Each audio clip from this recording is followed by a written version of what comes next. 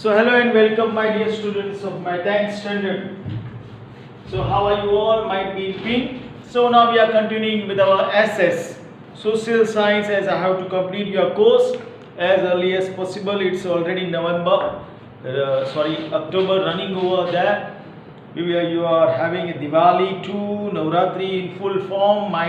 You all be playing with garbas and these all the festive environment is there nowadays till Diwali. It will be continued, but anyhow you have to complete your courses too. So India's Heritage of Science and Technology, Chapter 5, page number 37, it is in your course. So let's continue.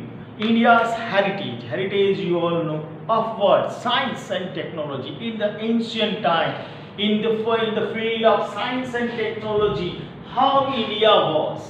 No doubt we were at the topmost in the world. So let's continue. The discovery and invention in the field of science and technology have brought countries of the world closer. Cooperation among all the nations have increased. Hence, new attitude has developed. Countries have become oriented towards peaceful coexistence and world peace. Yes, the science and technology and development in many fields have brought us together. Yes, already we can say, and it has given a peace to the world too. Science means systematic knowledge and technology means the practical utility of systematic knowledge. Please underline this thing. Science means systematic knowledge and technology means the practical utility of systematic knowledge. Science and technology, in spite of being two different words, they are linked to each other. Yes, science is dependent on technology and technology is dependent. So we can say vice versa. They are related to each other. Now, heritage of ancient India in the field of science and technology.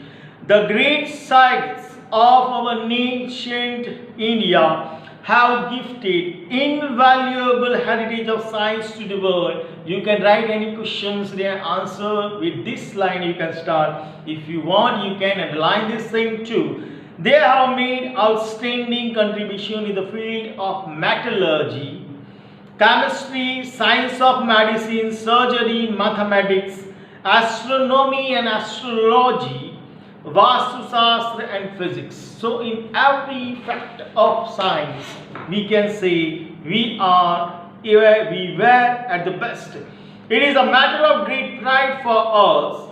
India has contributed not only in the field of literature, art, religion, education and philosophy, but also it has made immense contribution in the field of science and technology.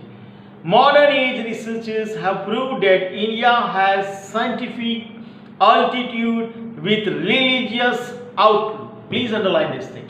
It can come in your MCQ, short question, etc. India has proved that, it has been proved by the modern researchers that India has scientific attitude along with religious outlook.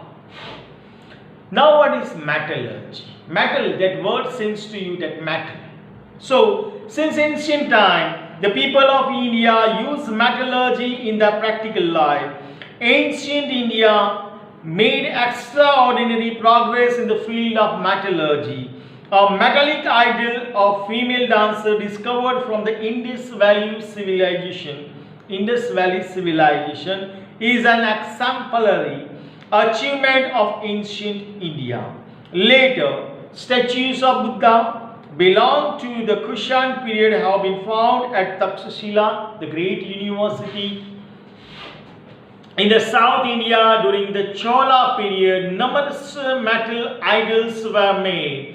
The statue of Nataraj, a masterpiece in sculpture, is famous all over the world. It is preserved in the Museum of Chennai. Another well-known metal idol, Ram, the archer, can be seen in the museum. Artistic statue of gods and goddesses, birds and animals, and battle nut cutters are considered to be the best example of metal art. All of them have important place in the history of India. So obviously we all have gone through the idol, means that sculpture of Nataraj, the archer Ram. It has been in the different museum of India. So we can understand from the civilization, I forgot the name.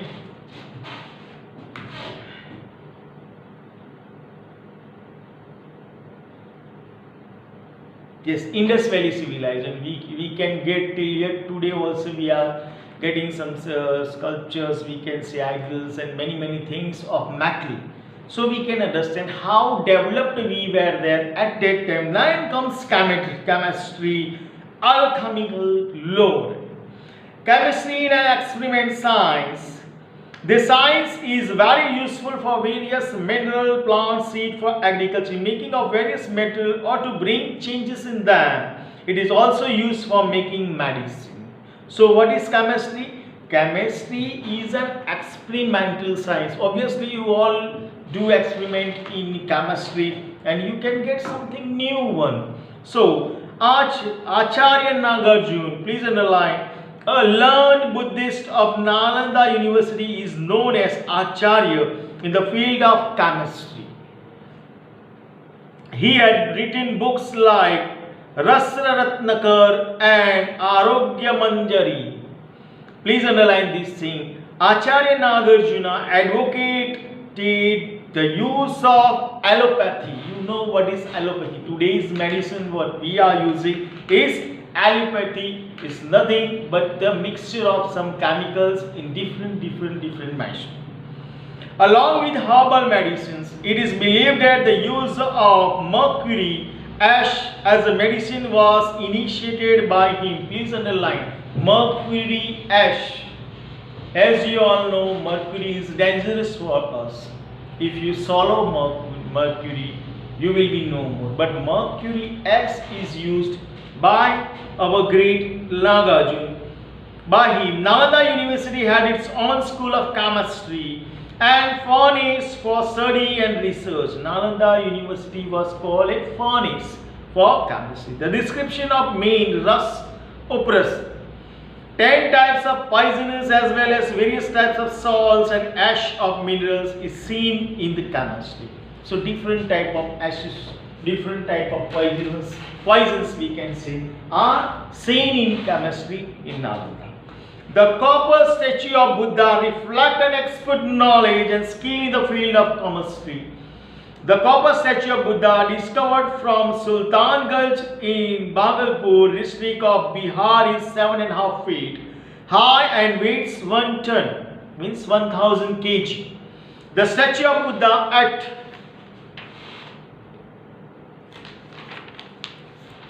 Nalanda is 18 feet high, and accurate example is of Vijay Stambh, the 24 feet high iron pillar, which weight is 7 tons, built by Chandragupta II.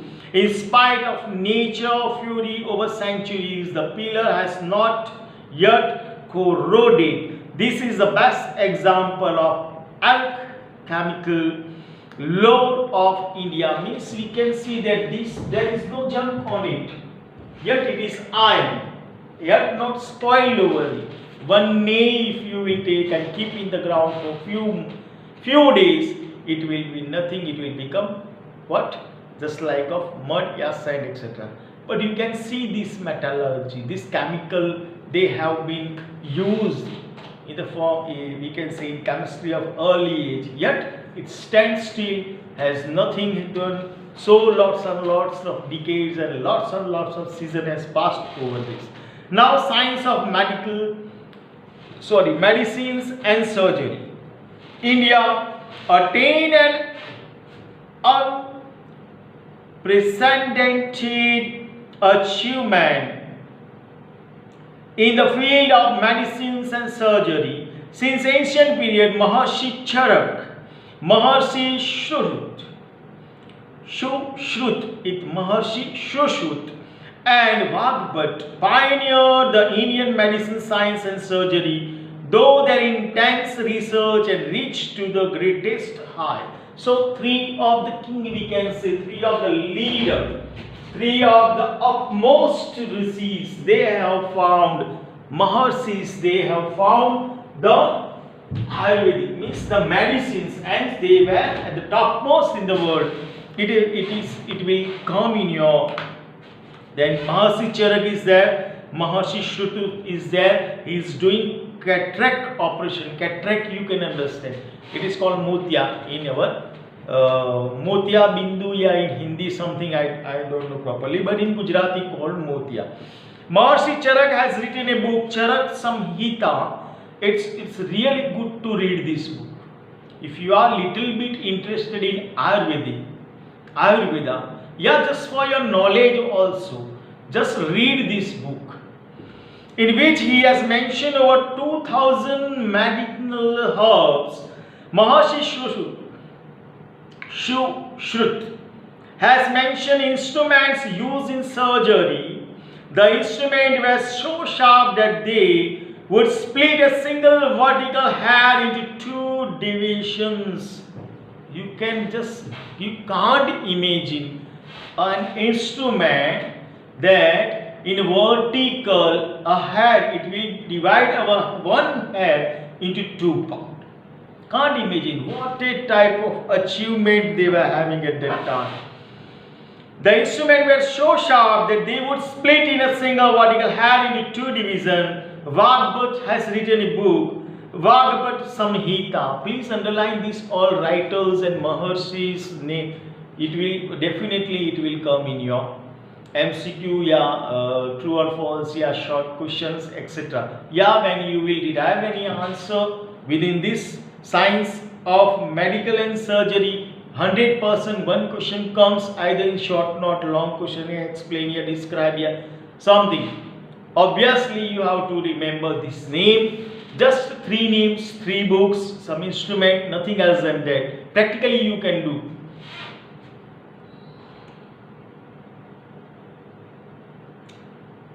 Vagbhat has written a book, Vagbhat Samhita, is also a very important work. Study of Charak Samhita, Shushut Samhita and Vagbhat Samhita is very useful for every doctor. Hindu herbal science of ancient time is enriched with huge collection of minerals and medicines from plants and animals. This has presented a detailed and complicated process of making medicines, their classifications and their usage. So we can understand that Hindu mythology depends upon Ayurveda. Apart from that, many medicines are from herbal, means from plants and animals too. So for any doctor, here it is written that any doctor has to go through these 3 books. But as per me, as for the coming world, for the coming period, obviously you have to go through Ayurveda. And for that, for the proper health, you must read this. They could even stop blood circulations with bowl-shaped bandage. They could skillfully operate an abdomen, kidney, cataract, hernia, stone, piles and bloody, etc.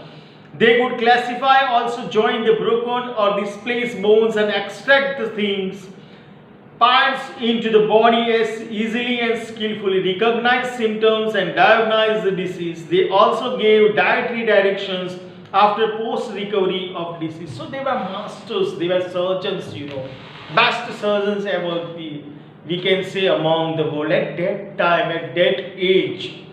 Every day can be operated for everything, cataract, abdomen, piles, etc.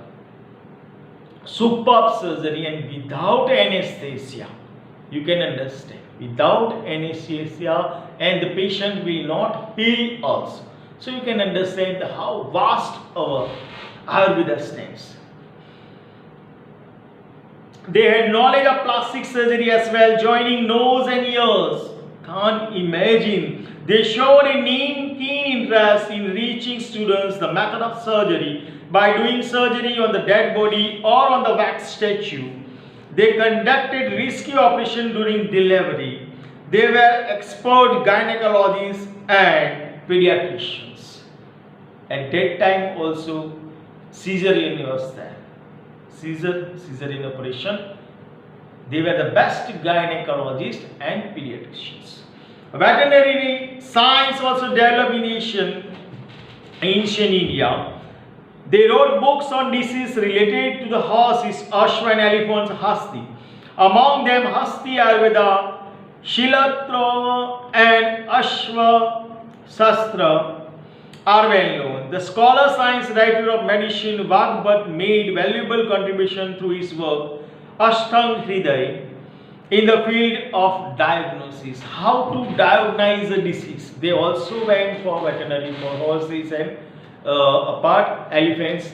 At that time they might be in use as today too, but they were the masters of this thing. And to how to diagnose a disease, that was written by Vagdatta in his book Ashtang Hriday. Now mathematics, the great thing that they have given to us, the great mathematician. All this today you are practicing in your workbook, in every books, and these all things is been derived from our ancestors, from our India. So mathematics, many epoch-making mathematical discoveries were considered to be made in India, through which contemporary global affairs are carried out. The gift of India to the world are discoveries of zero, decimal system, algebra, theorem of Budyan, geometry and arithmetic. Can imagine decimal point, then theorems and algebra, geometry and arithmetic. Aryabhatta discovered zero. The process of writing zero after figure was discovered by the sage named Grubsaman. The ancient Indian mathematicians have decided the names of the number made by the placing 53 zeros after 1. Decimal system had been seen for measuring and weighing, instruments which have been found from the remains of Harappa and Mohenjo-daro. So we can understand how great they were, writing this by giving decimal point. Today we are confused about this thing. Algebra, arithmetic, whatsoever they had given to us. Bhaskaracharya has written book Lilavati Gamit and Bij Ganit in 1150 AD. He discovered science of additions and subtraction. Brahmagupta introduced the types of equations. Buddhayan discovered the theorem triangle policy. Upstamba had decided the measurement of sacrificial pits. Yajnavedis used for Vedic yagnas in Sulva Sutras 1800 BC. It also consists analysis of principles. Aryabhatta had mentioned the value of pi 22 by 7 means 3.14 in the book. In his book Aryabhatiyam, he also propounded that pi is constant to show the ratio of circumference and diameter of the circle. So whatever you are learning today, it has been given by our ancestors, by our Indians. So multiplication, addition, subtraction, square root, the cube root, etc. Ashtang method introduced by Aryabhatta in his work. Hence Aryabhatta is known as the father of mathematics. Please underline. Moreover, he had written many other books like Dash Gitika and Aryabhattam. He has described main principles of astronomy in his short book named Arya Siddhanta.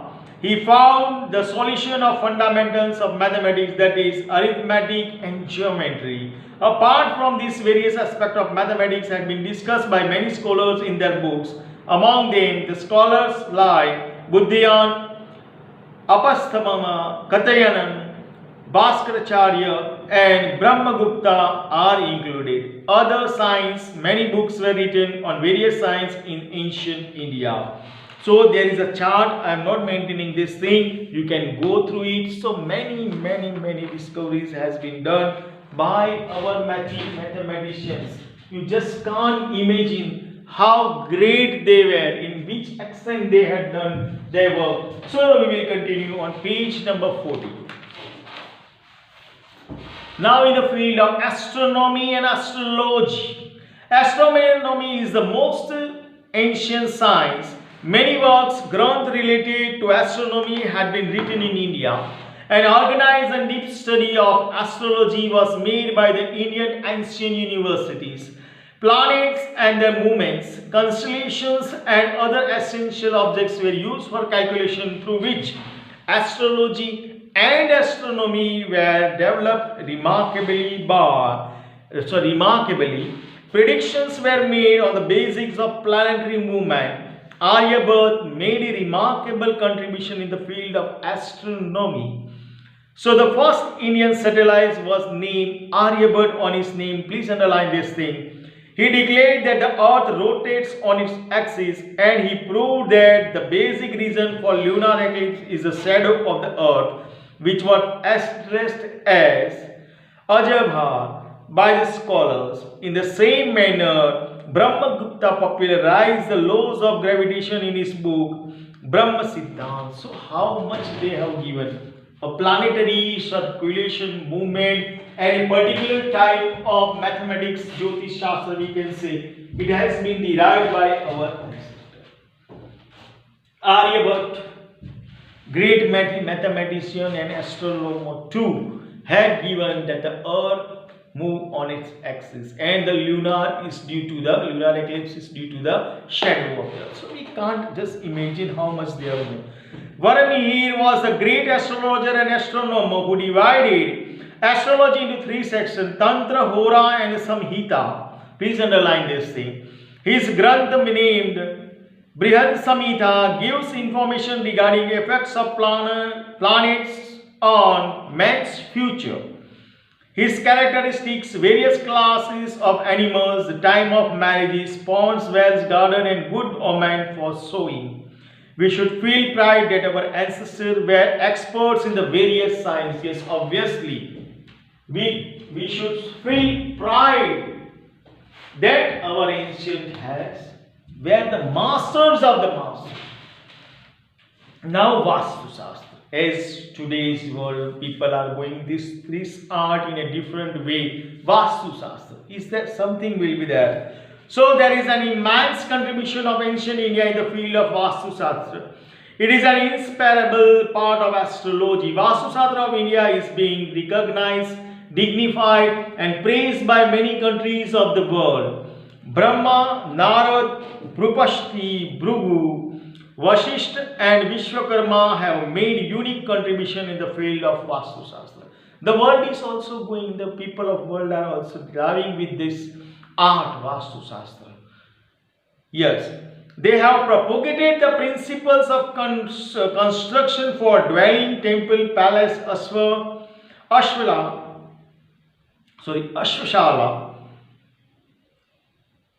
fort, storehouse of ammunitions and the town planning.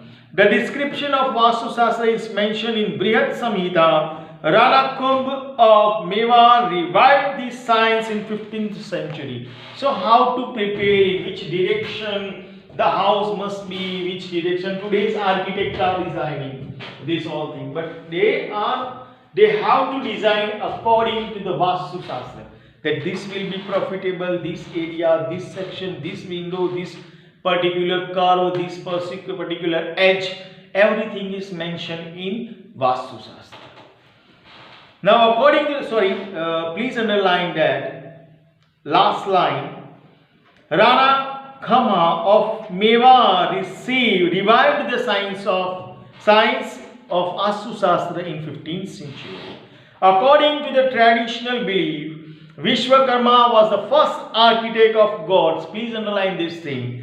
He divided Vastu Shastra into 8 sections. Various information of Vastu Shastra like selection of place, shape, structure, proper planning of things, temples, Brahmasthan, dining room, bedroom, etc. are mentioned.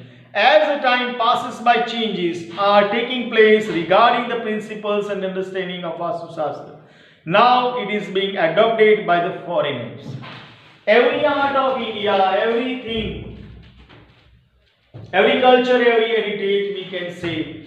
Now, implementation is done more and more by the foreigners. As we are rushing over that double bed and shetties and this all thing, now foreigners are using our Chap-5, our khatla, we can say.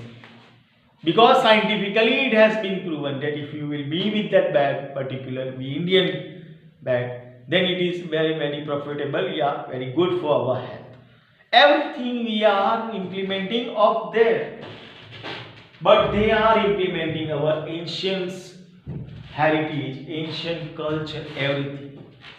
So you can imagine that how we are moving towards Western while they are moving with the Indian mythology. So let's continue.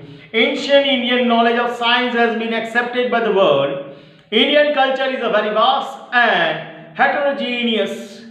It is a blending of science and religion, traditional ideas and practical knowledge, which is rarely seen in the other countries of the world. Tolerance and equality towards all religions is seen in our culture. In spite of having diversity in religion, lifestyle, and values, we see unity in our country. We should not forget that Indian culture reflects unique future of unity in diversity. So having lots and lots of things within us, no doubt, due to religion, due to language, we are different, but we are one. We have the unity, and so unity in diversity. So with this chapter, I would we have already finished this 5th chapter. We will continue it in the next session. If you have any doubt, you can just contact me. But beware of your Ekam Kasoti. Go through it properly. Write your answers properly. Get good marks. And all the best for your examinations. Thank you. Thank you very much.